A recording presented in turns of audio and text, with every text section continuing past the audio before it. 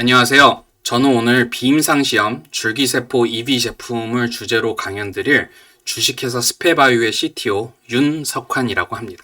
사실 주목받는 건 임상시험이죠. 언론에 임상시험에 대한 얘기가 굉장히 많이 나오는데 임상시험을 통해서 회사의 주가도 왔다 갔다 하고 회사의 가치도 왔다 갔다 하고 언론에서 임상시험을 가장 많이 다루는 것 같습니다. 하지만 한 건의 임상시험이 이루어지기 위해서는 엄청나게 많은 비임상시험이 이루어질 수밖에 없습니다. 그래서 비임상시험에서 제대로 된 결과를 도출해내지 않고 섣불리 임상시험에 진입할 경우에 엄청나게 많은 돈과 예산과 노동력을 낭비하게 되는 결과를 가져옵니다. 그래서 비임상시험을 제대로 수행하는 게 엄청나게 중요하다라는 말씀을 드리고 싶습니다. 제가 오늘 드릴 강연의 주제하고 일치하는 자료가 2개 있어서 저도 많이 참조했고 여러분들께서도 참조하실 만하다고 생각하여 2개 자료를 캡처해서 넣어놨습니다. 2개 다 식약처에서 나온 자료고요. 줄기세포 유래 세포의 치료제에 대한 평가 정보집과 가이드라인이 있습니다. 2 자료 모두 참고하시면 큰 도움이 될 것 같습니다. 그래서 자료 밑에 있는 QR코드를 스캔하시면 해당 자료로 저절로 연결이 되게 되니 QR코드를 통해서 본 자료들을 확인해 주시기 바랍니다. 비임상시험의 시작은 출발 물질의 특성 분석부터 하면 됩니다. 그래서 EV가 출발할 수 있는 출발 물질은 땀, 오줌, 뇌척수액, 혈액 등 실제 생체, 살아있는 모든 것에서 분비하는 모든 액체라면은 모두 EV의 출발 물질이 되어 있습니다. 시중에서 판매하는 일반적인 과일 주스, 오렌지 주스나 자몽 주스, 포도 주스 같은 것을 사다가 EV를 분리해내도 굉장히 많은 수의 EV가 분리되거든요. 그렇기 때문에 살아있는 거의 모든 것에선 EV가 다 나옵니다. 그래서 이것을 분리하는 것하고 이제 특성을 분석하는 것이 상당히 중요하지만 이 강연을 들으시는 여러분들은 모두 줄기세포를 이용하시는 분들일 것이기 때문에 줄기세포의 세포 배양액을 EV 출발 물질이라고 보시면 되겠습니다. 줄기세포는 애초에 이제 세포가 손상 부위에 생착해서 그리고 타겟되는 세포로 분화해서 손상 부위를 대체해서 수복하는 역할까지 하는 것으로 어떤 만병통치약이 될 것이다 라는 기대로 계속 지난 한 20여년간 연구가 되었습니다. 하지만 설령 치료 효과가 있던 경우에도 조직학적 분석을 해보게 되면은 세포가 생착하는 수는 굉장히 소수고 그 소수 중에서도 분화해서 어떤 수복하고 대체하는 경우는 훨씬 더 소수입니다. 이식한 세포 중에서 실제로 생착하는 세포는 아주 긍정적인 경우의 논문을 보더라도 1%가 채 안 되고 그 중에서 분화하고 그 다음에 대체하는 경우까지 치면은 훨씬 더 효율이 떨어집니다. 그럼에도 불구하고 왜 치료 효과가 있나를 살펴보면 줄기세포가 그냥 줄기세포 인체로 근처에 머물러 있는 경우가 굉장히 많았습니다. 이를 두고 세포치료제 시장에서는 바이스탠더 이펙트, 즉 방관자 효과라고 많이 불렸습니다. 그래서 한 2000년대 중반 정도서부터 이 방관자 효과가 왜 일어나는지 증명하려는 트렌드가 생겼고 그것이 EV 연구와 맞닥뜨려지면서 줄기세포가 EV를 분비해서 파라크라인 이펙트가 있는 것이다 라는 얘기가 많이 나왔습니다. 그리고 지금 많이 증명되고 있죠. 그래서 줄기세포 유래 EV는 줄기세포의 치료적 특성을 그대로 가지고 있는 아바타이면서도 세포 없이 세포 치료 효과를 낼 수 있는 셀프리 셀 테라피의 효과를 가지고 있으면서도 줄기세포의 파라크라인 이펙트를 가지고 있다고 알려져 있습니다. 사실상 세포 자체가 분비하는 EV가 적을 수도 있는데 EV 치료를 할 경우에는 이 EV를 농축한 상태로 훨씬 더 과량을 넣기 때문에 실제 치료 효과는 훨씬 더 좋을 수도 있다라고 알려져 있습니다. EV는 스템셀의 장점은 모두 취하면서도 스템셀의 단점은 배제할 수 있는 방법으로서 지금 새롭게 각광받고 있고 2022년 생명연에서 10대 미래 유망 기술로 선정까지도 됐습니다. 근데 이 출발 물질 분석하는 데 있어서 줄기세포의 특성 분석은 여러분들이 다 이미 잘 하고 계실 것 같아요. 가장 많이 사용하는 메센키멀 스템셀의 경우에는 어떤 플로우 사이토메트리를 통해서 분석을 할 수 있는 마커 세트가 이미 존재를 하고 있고요. 대부분 다 그것을 이미 하시고 계실 거고 메센키멀 오리진의 다른 줄기세포들도 마찬가지입니다. 그리고 줄기세포 연구를 이미 하시는 분들이라면 설령 메센키멀이 아니더라도 플로우 사이토메트리나 어떤 면역화학 염색을 통해서 특성 분석은 굉장히 확실하게 하고 계실 거라고 생각을 합니다. 그런데 부딪히게 되는 것은 사실 특성 분석이 아니라 가장 큰 문제가 FBS 이슈에 먼저 부딪히게 됩니다. FBS 이슈는 세포치료제 분야에서도 계속 문제가 되어 왔습니다. 성분을 분석했더니 소의 알부민 성분이 너무 많이 검출돼 갖고 쓸 수가 없다. 동물 유래 성분이라 하는 문제가 계속 발생이 되고 있습니다. 게다가 이제 FBS의 경우에는 소의 혈청이기 때문에 이거 자체가 보유한 이비도 굉장히 많습니다. 그래서 이 배양액에서 이비를 분리할 경우 소의 혈청에서 유래한 이비로 오염이 되는 것이죠. 그래서 이비 연구자들의 경우 이런 문제를 회피하기 위해서 이제 인간 혈청, 그다음 인간의 혈소판 용해제 혹은 엑소점이 모두 제거된 FBS, 낙가웃 시럽 리플레이스 등의 대체품을 모색을 많이 했습니다. 하지만 이런 대체품들도 각각 모두 이비를 갖고 있거나 소 유래 알부민을 갖고 있기 때문에 근본적인 해결책이 되지 못합니다.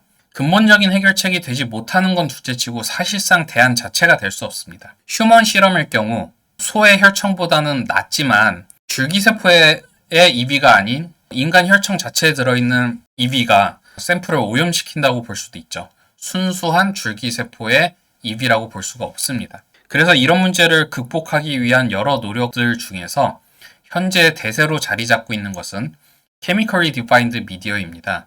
이것은 우혈청에 포함된 세포의 필수적인 성분들을 모두 화학적으로 분석해서 화학적인 성분과 펩타이드들을 추가해 놓은 배지입니다. 그래서 어떤 종류든 간에 실험을 완전 배제를 할 수가 있고요. 가격은 다소 비싸지만 우혈청을 구매할 필요가 없기 때문에 딱 배지 가격만 필요하기 때문에 배지 자체의 가격은 비싸도 경제적으로는 거의 큰 타격이 없는 아주 좋은 방법입니다. 자, 그 다음으로 부딪히게 되는 문제는 비임상을 진행하면서 재현성과 균일성 문제입니다. 세포치료제나 유전자 치료제를 해보신 분들은 모두 재현성과 균일성 확보 방안에 대해서 고민을 해보신 적이 있을 것입니다. 그런데 EV 실험을 하게 되면요. 세포치료제나 유전자 치료제보다도 재현성과 균일성을 확보하기가 매우 힘듭니다. 가령 같은 세포를 같은 패시지에 똑같이 배양을 해서 EV를 얻었을 경우에도 EV의 카고 컴포지션에 차이가 있는 경우가 상당히 많습니다. 그래서 이것의 재현성과 균일성을 확보하기 위한 방법이 매우 어렵습니다. 실험자가 아무리 주의해서 하더라도 아주 사소한 차이로 재현성과 균일성이 어그러지는 경우가 굉장히 많습니다. 그래서 이제 이것을 해결하기 위한 방법으로 SOP를 작성해 놓는 것이 매우 중요합니다. SOP는 표준 운영 절차라고 해서 실험에 사용하는 프로토콜을 세세한 거 하나하나, 파이패팅을 몇 번 하느냐, 워싱을 몇 번 하느냐 정도까지도 자세히 기록한 문서를 얘기합니다. 이 문서는 비단 재현성과 균일성을 확보하는 방법일 뿐만이 아니라 향후에 있을 허가나 어떤 계획서 제출 등에서도 매우 중요하게 작용하기 때문에 SOP를 처음부터 매우 잘하고 진행하는 것이 중요합니다. SOP는 저희가 농담처럼 하는 말로 생판 모르는 사람이 해도 같은 결과가 나올 수 있을 정도로 쉬우면서도 자세하게 써야 한다고 얘기를 하거든요. 그래서 SOP를 자세히 작성하는 것이 매우 중요하다고 말씀을 드리겠습니다. 다음은 분리 정제 방법입니다. 당연히 EV는 세포 배양액에서 분리 정제하게 됩니다. 이 방법은 가장 기초적인 초원심 분리법이 있고요. 그 다음 요즘 많이 쓰는 침전법이나 여과법, 크로마토그래피법, 다음 항체를 기반으로 한 자성 분리법 등 여러 가지 방법이 있습니다. 이런 여러 가지 방법 중에 어떤 방법으로 EV를 분리할 것이냐를 잘 판단해서 확정을 지은 후에 그 방법마저도 SOP에 포함을 시켜야 합니다. 하지만 분리 및 정제 방법이 여러 가지가 있는데 이 중에서 내가 과연 어떤 방법을 선택을 해야 될 것인가가 고민이 많이 됩니다. 그랬을 때 기준으로 삼을 만한 것은 순도하고 수율이 있습니다. 분리하는 방법이 여러 가지가 있지만 제가 볼 때는 순도에 좀 무게를 둔 방법이 있고 수율에 좀 무게를 둔 방법이 있습니다. 순도에 무게를 둔 방법은 가장 많이 사용하고 가장 기초적으로 많이 사용하던 그 울트라 원심 분리 방법이 바로 순도에 가장 무게를 많이 준 방법입니다. 사이즈가 반영될 수 있는 분리법을 활용하기 때문에 내가 어떤 EV 안에서 엑소좀에 해당하는 물질만 취해서 사용을 하겠다. 혹은 나는 EV는 상관없지만 사이즈가 더 커진 리포프로테인들이나 에이팝토틱 바디들은 절대적으로 배제를 해야 되겠다 등 순도를 가장 중요하게 생각할 경우에는 이런 순도에 장점이 있는 프로토콜을 확립을 해서 사용하시면 됩니다. 하지만 EV를 얻어서 실험을 하는 사람들은 항상 수율 문제에 부딪히게 됩니다. 처음에 실험을 할 경우 특히 저 같은 경우에는 일주일 내지 2주 동안 열심히 EV를 얻은 다음에 단 한 번의 인비트로 실험이나 한두 마리의 동물 실험에 EV를 몽땅 다 써버리고 처음부터 다시 EV를 준비해야 되는 문제에 부딪힌 적이 굉장히 많았습니다. 그만큼 EV를 분리하기 위해서 수율을 확보하는 것이 어렵다는 것이죠. 그래서 이 수율을 확보하기 위해서 출발 세포를 전처리하는 경우가 많습니다. 스타베이션을 하거나 하이폭시아를 주거나 3차원 배양하는 등 전처리하는 방법이 많습니다만 이렇게 할 경우에는 EV 내부의 성분이 달라진다는 보고가 좀 많습니다. 그래서 신중하게 선택을 해야 될 필요가 있고요. 수율이 높은 분리법을 활용하는 것도 하나의 대안이라고 볼 수 있습니다. 요즘은 PEG를 이용해서 침전물을 발생시키고 그 침전물을 원심 분리하는 방법으로 EV를 얻는 경우가 많은데요. 최근 미국에서 이 침전물 분리를 이용한 방법으로 FDA 허가를 받은 EV 제품이 있습니다. 그래서 수율이 확보가 높이 되는 방법을 여러분들이 결정을 하셔도 되고요. 순도를 높게 확보하기 위한 방법으로 결정을 해도 됩니다. 순도가 확보되지 않을 경우에는 균일성이나 재현성 등의 QC에 아주 큰 어려움을 겪게 될 가능성이 높고요. 수율이 확보되지 않으면 배치별로 성분이 다르거나 스케일업을 하는 데에서 굉장히 큰 어려움을 겪게 될 것입니다. 그래서 아까 FDA 허가받은 경우에는 수율이 높은 방법으로 허가를 받았지만 지금 연구용 엑소점을 판매하고 있는 젠바이오 같은 업체의 경우에는 순도가 더 중요하다고 생각을 해서 울트라 원심 분리법으로 생산한 엑소점을 판매하고 있습니다. 당연히 비용은 비싸고 수율도 많이 높지는 않겠죠. 그래서 이런 장단점을 골고루 따져보고 어떤 방법으로 엑소점을 분리할까를 잘 판단을 해서 SOP에 반영을 하시길 바랍니다. 다음으로는 특성 분석입니다. 내가 분리한 EV가 어떤 특성을 가지고 있는가? 네, 먼저 이 특성 분석에는 파티클의 넘버, 사이즈, 몰폴로지, 마커 등 어떤 형태의 EV건 모두 다 공통적으로 갖고 있는 특성을 보여줘야 되는 것이 있고요. 그러니까 당신이 분리한 물질이 EV가 맞냐를 확인해야 되는 겁니다. 그 다음 어떤 EV인 것인가에 따라서 달라지는 것, 예를 들어서 카고 컴포지션, 내부 물질, 그 다음 유효성, 그 다음 어떤 성상으로 만들었냐 등을 보는 특성 분석 방법이 있습니다. 먼저 파티클의 넘버와 사이즈, 내가 분리한 EV가 얼마만큼인지, 몇 파티클이 들어있는지, 그 다음에 사이즈가 얼마 정도 되는지를 측정을 해야 되는데 이것은 여러 가지 방법이 있지만 최근에는 주로 NTA라고 불리는 장비로 확인을 하게 됩니다. 오른쪽에 NTA 장비의 대표적인 장비인 제타뷰가 있고요. 그 오른쪽에 있는 QR코드를 체크하시면은 NTA 장비의 정보를 보실 수 있습니다. NTA에 분리한 EV를 집어넣고 측정을 하게 되면 크기와 파티클 넘버, 그러니까 샘플당 농도까지도 알 수 있기 때문에 이것은 나중에 용량을 결정하는 데도 아주 좋고 순도를 확인하는 데도 아주 용이합니다. 그 다음은 크라이오 EM입니다. 사실 템으로 해도 충분하다는 얘기가 많습니다. 템 일반 전자현미경 같은 경우에는 불과 몇 년 전만 하더라도 다 그 방법을 사용했는데 최근에는 저온을 사용하는 크라이오 EM 방법을 많이 사용합니다. 이 방법을 쓰게 되면요. 오른쪽 전자현미경 사진에서 보시다시피 지질 이중층 구조까지도 확인이 됩니다. 그래서 이런 크기뿐만이 아니라 몰폴로지 자체도 확인할 수 있는 큰 장점이 있고 최신 EV 관련 학회나 논문들을 보시면은 점점 크라이오 EM 데이터가 많아지고 있는 것을 보실 수 있어요. 그래서 가급적이면 일반 템보다는 크라이오 EM을 사용하여 데이터를 얻는 것을 추천을 드립니다. 하지만 이것을 촬영 가능한 기관이 많지는 않아요. 그래서 저희 기관에서도 이것을 외부 기관에 맡겨서 촬영을 하는데 아직은 비용이 많이 비쌉니다. 그리고 예약도 어렵고요. 그래도 이 사진이 많이 필요한 것은 아니기 때문에 이 형태로 데이터를 얻는 것을 가급적이면 추천드립니다. 다음으로 볼 특성은 마커 디스플레이입니다. 보통 이런 CD에 해당하는 물질들이 이제 EV 마커로 많이 사용됩니다. 그 외에도 엘릭스나 TSG101 같은 단백질이 많이 쓰이고요. 그 다음 출발 물질, 그러니까 어떤 줄기세포를 사용했느냐에 따라 그 줄기세포의 마커들 중 일부가 EV의 마커로 사용될 수 있습니다. 이것을 확인하는 방법은 크라이오 EM, 아까 위에서 설명드린 크라이오 EM 혹은 웨스턴 블러팅입니다. 크라이오 EM 같은 경우는 그냥 찍어도 EV의 형태가 잘 나오지만 면역화학 염색을 실시할 경우 전자현미경의 오른쪽 사진과 마찬가지로 세컨더리 안티바디인 나노 입자가 저렇게 닷 형태로 다다다다 붙어있는 형태를 관찰할 수 있습니다. 이것을 통해서 이런 EV의 마커가 현재 발현이 되고 있나를 확인을 할 수가 있습니다. 하지만 말씀드렸다시피 지금 크라이오 EM을 촬영할 수 있는 기간이 많지는 않기 때문에 웨스턴 블러팅을 통해서 관찰하는 경우가 많습니다. 아직까지는 많은 논문들이 주로 웨스턴 블러팅을 사용하는 것 같아요.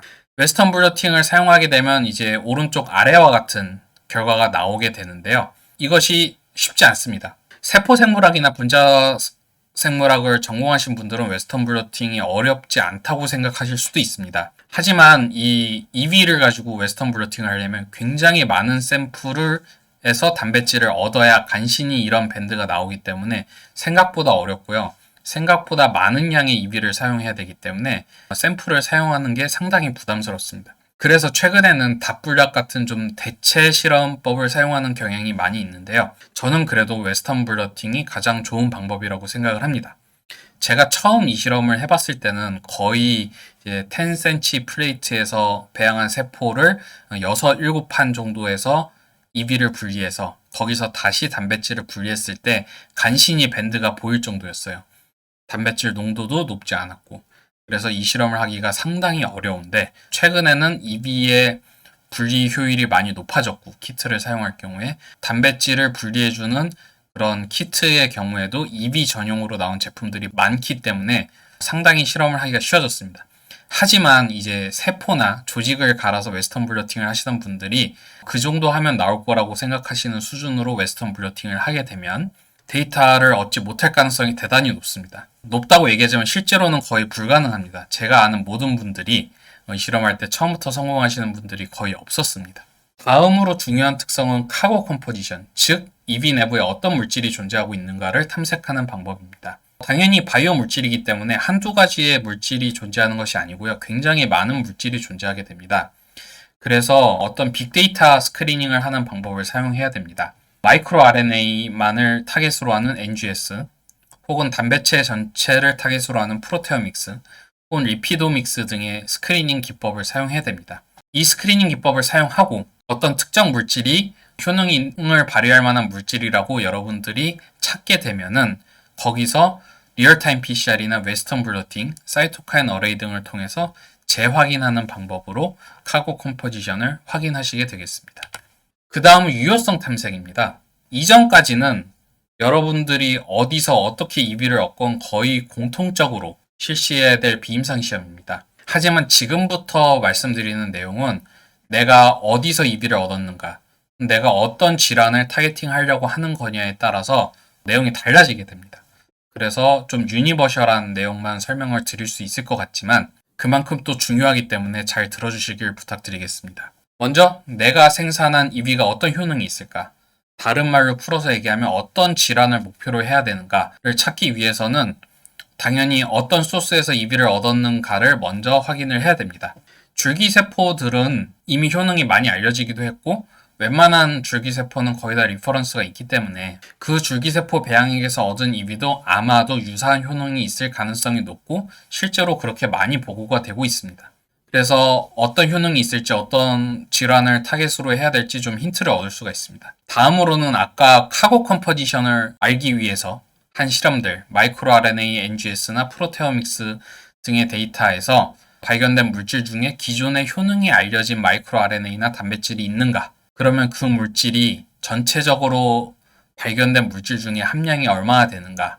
혹시 좀 높은가? 등을 따져서 EV가 어떤 효능이 있을지 유추를 할 수가 있습니다. 그렇게 해서 유추가 되면 모드 오브 액션의 아주 중요한 물질이라고 판단이 되면 그 결과를 리얼타임 PCR이나 웨스턴 블러팅이나 사이토카인 어레이 등으로 재확인해서 QC의 기준으로 잡아야 됩니다. 그 다음 어떤 프로토콜을 통해서 그러면 EV의 효능을 증명할 수 있는가? 위에서는 어떤 타겟을 쓸 것인가고 지금은 어떤 프로토콜을 통해서 EV의 효능을 증명할 수 있는가입니다. 이 부분은 여러분들께서 논문을 쓰건 특허를 쓰건 IR이나 POC를 하건 항상 똑같이 중요한 문제이기 때문에 어느 정도는 익숙하실 수도 있고 그만큼 중요하기 때문에 더 잘 들어주셨으면 좋겠습니다.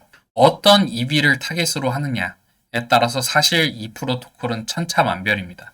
그렇기 때문에 내가 어떤 EV를 얻어서 어떤 타겟을 목표로 하는지에 따라서 적절한 프로토콜을 선별하는 것이 가장 중요합니다. 그리고 당연한 얘기겠지만 어떤 프로토콜을 선별하던 간에 충분한 반복 실험을 통해 재현성을 확보하고 대조군과 비교를 통해서 통계적 유의성을 확인하는 것이 아주 중요합니다. 그래서 이런 유효성을 탐색하는 프로토콜은 너무 방대하고 경우에 따라 다르기 때문에 대표적인 것을 몇 가지만 예시로 보여드리도록 하겠습니다. 가장 많이 사용하는 것, 가장 많이 하는 실험의 하나가 먼저 튜브 포메이션 어세이입니다. 이 실험은 혈관 정구세포를 이용해서 혈관 형성 작용을 확인하는 실험입니다. 사실상 생체 내 영구를 제외한 모든 조직은 다 혈관을 가지고 있기 때문에 혈관 형성이 증가한다는 것은 그 대부분의 질병에서 유효한 타겟이 됩니다. 치료 효과를 볼 수 있는 거죠. 그렇기 때문에 많은 연구자들이 이 튜브 포메이션 어세이를 보게 됩니다. 예외가 있는데 예외가 종양 분야입니다. 종양은 과도한 혈관 형성을 해서 인체 영양분을 약탈하고 혈관 형성을 감소시키면 종양의 생존능이 떨어지기 때문에 종양을 연구하시는 분들은 이런 혈관 형성 작용이 다운되면 좋습니다. 그래서 혈관 형성 작용을 관찰하는 실험으로 종양 연구도 유효한 타겟으로 잡을 수가 있죠. 그래서 거의 모든 경우에 다 적용이 가능하기 때문에 튜브 포메이션 어세이가 아주 좋은 타겟 중에 하나입니다. 이 실험에 대한 자세한 방법은 오른쪽 QR코드를 스크리닝 하시면 얻을 수 있습니다. 그 다음 많이 보이는 테스트가 운드 힐링 테스트예요.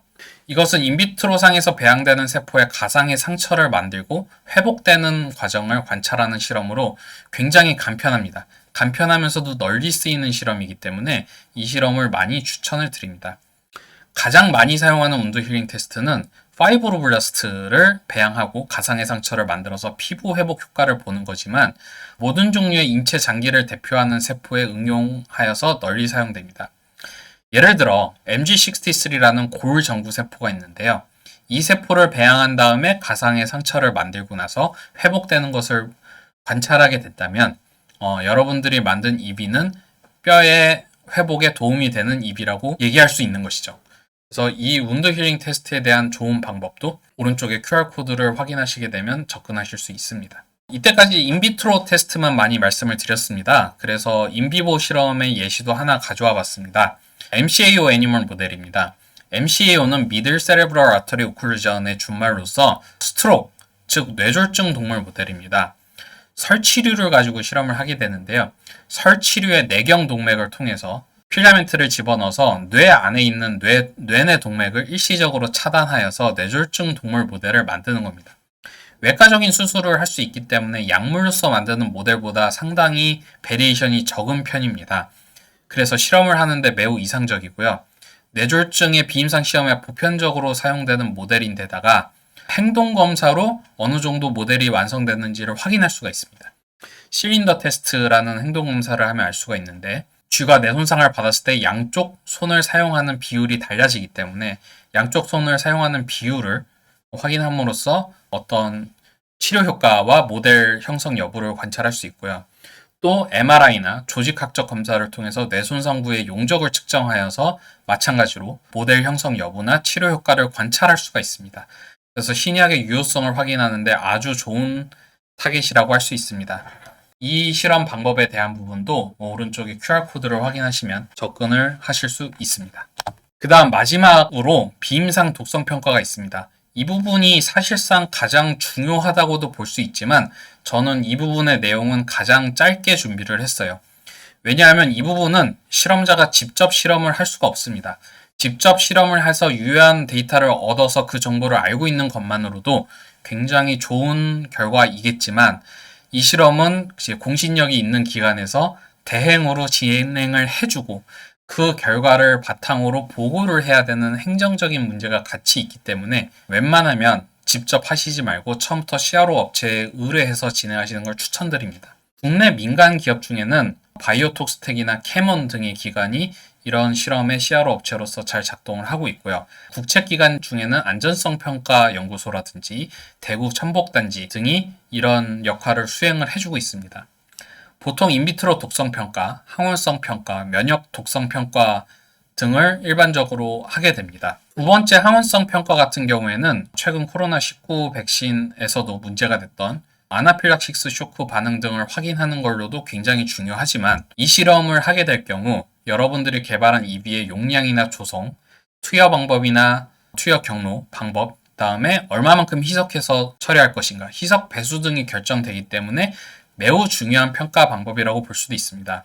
그래서 시간과 비용을 낭비하지 않기 위해서 이 실험을 먼저 CRO 업체한테 의뢰해서 받은 결과를 가지고 유효성 탐색을 하는 경우도 굉장히 많습니다.